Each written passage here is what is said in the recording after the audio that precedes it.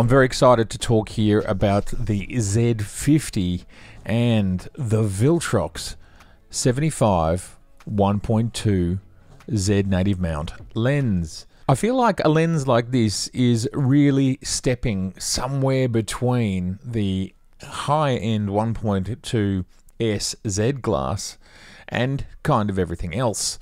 And this is not just because of the 1.2, but it is because of the optical capabilities of this lens. Let's take a look at some of the images that I have captured over the last few days. Depth of field, chromatic aberration, all that sort of stuff. We're going to have a bit of a look night and day. It was a super grey day, and to make the best of the lighting, we had to wait for the sun to go down. As we can see here, it's just a bit flat. It's a bit uninteresting. This is being recorded in 4K on a 4K monitor, so we've got a lot of quality here. We have an idea of what the out of focus areas look like. This is what the bokeh looks like, and well, I think this is a pretty pleasing result. Doesn't really matter if we go into 100%. Doesn't change the fact that it looks good, it's hanging together well. Now remember, we are on the Z50, we are only shooting in APS-C. We only have 20 megapixels. And one thing about the Z50 is it's such a tiny camera, and it actually packs a lot of punch for such a small body. Here we are using the short depth of field. Somehow the lens creeped to f1.3, as we can see down the bottom here. But this is base ISO on the Z50, handheld at 1/250th of a second, and we are around sunset on a very grey day. You can see it's grey. Love the short depth of field. Now remember, this is a 112.5 field of view equivalent lens, which is quite nice, quite interesting. I've done a little bit of work on this image, but I haven't increased the sharpness or anything. That is looking really sharp, 100%.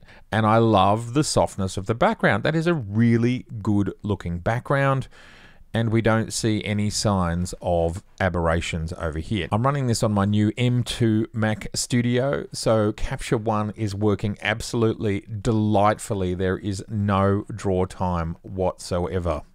Okay, so we can see here the difference between the sun having set and the sun not having set, and the background lights coming on. It's a big difference in the quality of the image. A little bit of work has been done to this file, not a great deal. I've brought up the shadows, obviously. What was going on here? I'll tell you something really interesting. The Z50 does not have in-body image stabilization. When you're shooting on a lens that's over 100mm, 112mm, and your shutter speeds are going down, and at this point we're here at 100th. Plus, just to make it even more difficult, I'm on this little jetty which is rocking back and forth, as you can see here. What I was finding was, with this lens, with no in-body image stabilization, with no lens stabilization, 100th was what I was managing. Now what I had to do here was actually hold the camera above my head to get this shot. So I was full stretch above my head, and this was as slow as I could go. Any slower, with it above my head, at hands at full stretch, there was just the risk of camera shake. But here is what's so exciting about the files from Nikon. This is what it actually looks like without me bringing anything up. And I was still comfortable that the image would still look great, even when I push it this hard. And it does. So don't be afraid. Don't be afraid if you think you don't have enough light. You can underexpose. It also ensures that your highlights are protected and you still get a great shot. With holding above my head and the movement of the jetty, we still have shake here. But I love what's going on here. I love the separation. I think aberrations are pretty good. We might have the tiniest amount of green fringing going on, but it is very tiny because we're now at 100%. This is at 1/80th of a second, so I think we were really pushing the friendship at this point in time. It looks like I was lucky enough to get this one sharp, but I wasn't holding the camera above my head. This was the camera at eye level, working much better, and we are at 1000 ISO on the Z50. We are well after sunset, and we can see the lights here illuminating the atmosphere. I really like this. I think it's really cinematic. A great result from the 75mm 1.2. We're at ISO 1000, 1/80th of a second f1.2 on the Z50. Nice. Here we are at 800 ISO on the Z50, 1/100th of a second f2, 75mm, and again we can just see how good this lens and camera combination is. And just think about how cheap the Z50 is. It's an extraordinarily affordable camera, and this lens coupled with it, well, it's kind of giving you a pretty high-end outcome without the high-end cost. Now again, I think we're right on the limit of stabilization of the lens. Again, it is a 112mm field of view equivalent being shot at 100th of a second. It's tough. You've got to make sure you're getting it right. So I don't think we've got focus related issues there. I think it's stabilization related, just absolute micro movements. It's a good file though. This is a totally publishable file from my perspective, and if you want to pull up that foreground, you could either do that with a mask or you can bring up the shadows, but I really like it. And this is with no saturation on 1 for some reason, but essentially no saturation, and some people might do that, but that's already looking unrealistic to me, so I would probably sit in there somewhere. Fantastic. Then I went on to shoot on the Z8 because I wanted to see what I could get away with stabilization in the camera. Of course, the same result could happen with a Z7. It would be very similar, Z7 or Z9. Here's the Z8, and we're on the Viltrox 75 1.2 handheld. So suddenly 1/50th of a second, ISO 640, which is an absolutely beautiful place to sit on the Z9 and the Z8. You get a lot of light in, and this is well after sunset. We are now an hour or so. Let me just check the time on that. More than an hour and 10 minutes after sunset. Just looks fabulous. If you were trying to get a cinematic result on a budget, wow, totally awesome. Now all of these are shot at 1.2. And remember, of course, the Z8 is also in APS-C mode at 640. So similar to the Z50, but we're pushing the ISOs harder than most of those other shots. We had one that was at 800 ISO and one that was at 1000 ISO. Going down handheld now, handheld at 1/25th of a second, still looking good. I think we're pretty sharp. That is 100%, and you just never know. Now, one thing I observed whilst shooting video with the Z8 and it being in-body image stabilized was, my feeling is, now it does feel like the IBIS is slightly more jittery than with Nikon's own lenses. Say the 85mm, which is pretty similar, 85 versus 75. You would think they're going to get exactly the same result, but they didn't. Now, I don't know if that's because they're not talking to each other, and so the Nikon doesn't know exactly what the focal length is. I will look into that more, but it didn't seem to be quite as rock solid. Like the 85mm, everything from about 20mm up to 85 is just absolutely rock solid.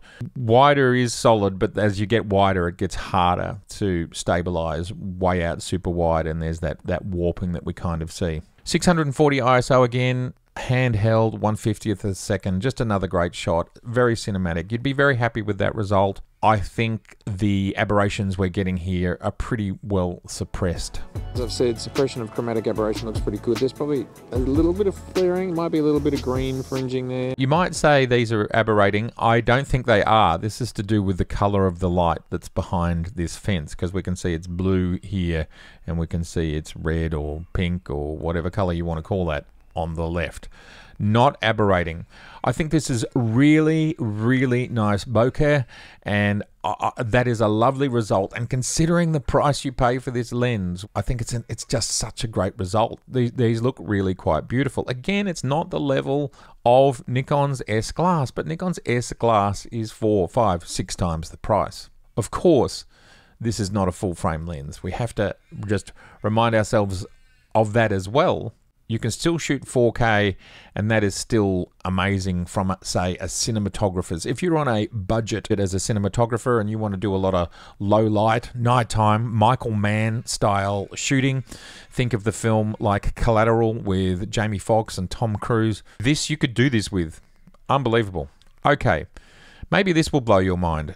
ISO 640, f1.2, 75mm, handheld at 1/4 of a second.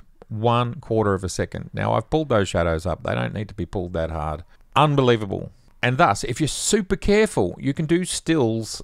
Well, here it is at 1/4 of a second. You just have to be careful. And to me, this is an absolutely beautiful image. Again, 640 ISO, 1/20th of a second, f1.2, 75mm. We can actually see the plane going through the clouds. It's actually illuminated that cloud with its own lights. I just think that's awesome.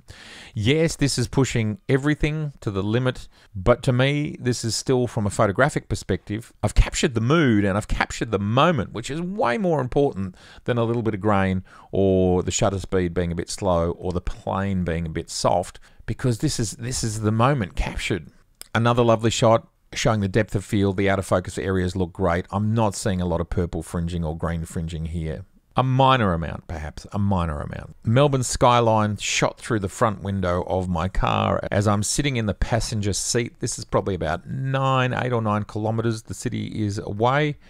And, well, it's pretty good. I mean, this is just a snapshot out of a car. But I like the rendering. I like the detail. My focus point was actually on the city. You've still got quite a lot of depth of field here, but interestingly, this is falling out of focus, this stuff that's quite close. A very cinematic result. I think it's really good. Trying to show how it's handling backlit sunshine situations again through the front window of my car. Might want to bring up the clarity to make it feel sharper, and that gets rid of the notion of it being shot through a window. Basically, what we're doing here is working on getting more contrast into the image. I think that looks great. And just basic sharpness in full sunlight. We're at ISO 64 on the Z8 6,500 shutter speed, f1.2. That's looking really sharp. If there is chromatic aberration in here somewhere, it is very minor. It's being suppressed pretty well. We're at 300% now. I don't think it's really reads or is really an issue. I think the out of focus background looks really nice. It's not busy, it's not fussy, it's actually really smooth. This is a good result. With Viltrox creating this new line of pro lenses, I think the future is very bright for Viltrox. This is absolutely a lens on a different level. In the next video featuring the Viltrox 75 1.2, we're going to put it head to head against the 85 1.2, shooting both of those lenses in APS-C at all times, and we'll either shoot it on the Z7 or the Z9. Do let me know in the comments below what you would like to see. As usual, it's been absolutely fantastic to have you here. I would love to see you again, so please do subscribe, please share, and please like.